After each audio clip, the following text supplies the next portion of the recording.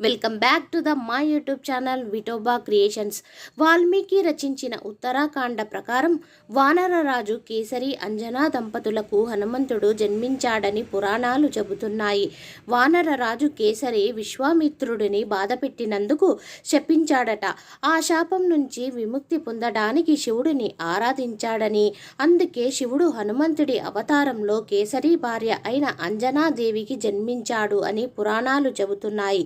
హనుమంతుడిని వాయుదేవుని కుమారుడని కూడా పిలుస్తారు.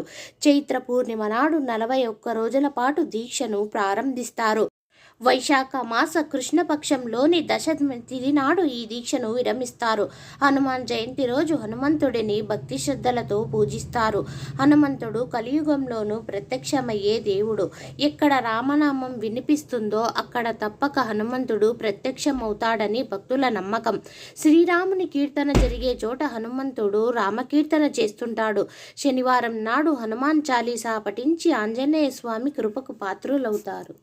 నా ఛానల్ని కొత్తగా చూస్తున్న వాళ్ళు ప్లీజ్ లైక్ చేయండి, షేర్ చేయండి, సబ్స్క్రైబ్ చేయండి. మీరు సబ్స్క్రైబ్ చేయడం వల్ల ఇలాంటి ఇంకెన్నో ఇంట్రెస్టింగ్ వీడియోలు చేయడానికి మాకు సపోర్టివ్గా ఉంటుంది. మీరు లైక్ చేయడం వల్ల ఇలాంటి వీడియోలు మరికొంతమంది భక్తులకు చేరుతాయి. Please subscribe.